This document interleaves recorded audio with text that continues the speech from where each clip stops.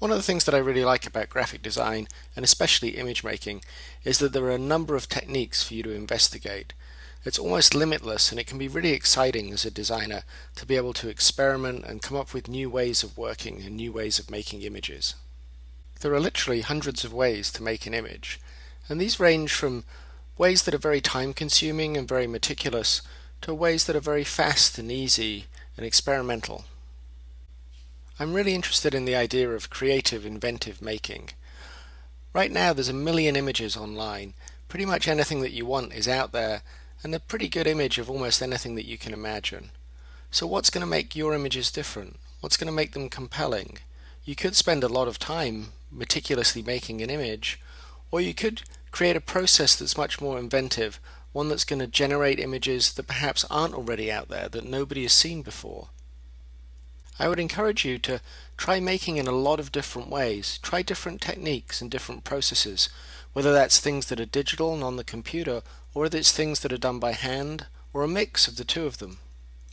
Eventually it'll be really useful to spend some time refining some of these images and really mastering a technique, but for now it's much more about generation and about iteration, trying to make a lot of things, have fun, and get some kind of energy and enthusiasm going in your image making.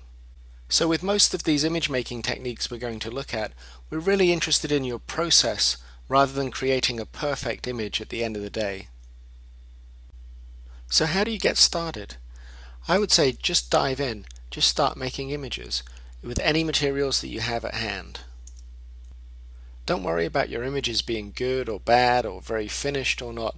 Just make something. The worst that's going to happen is you make an image and then you can refine it or react to it, but at least you'll be making. A good idea is to start out simple. Just basic shapes, easy line drawings, simple materials and simple form. Not everybody can make an image that's as complex or maybe takes as much formal skill as this, but anybody with even basic drawing skills can make an image that works like this one. And anyone with even rudimentary computer skills can make an image that looks like this one. Think how you can be clever and inventive and interesting as an image maker, rather than just being polished and refined. And the easiest way to get started is just to start simple. Draw that image in the simplest way you possibly can with the simplest tools.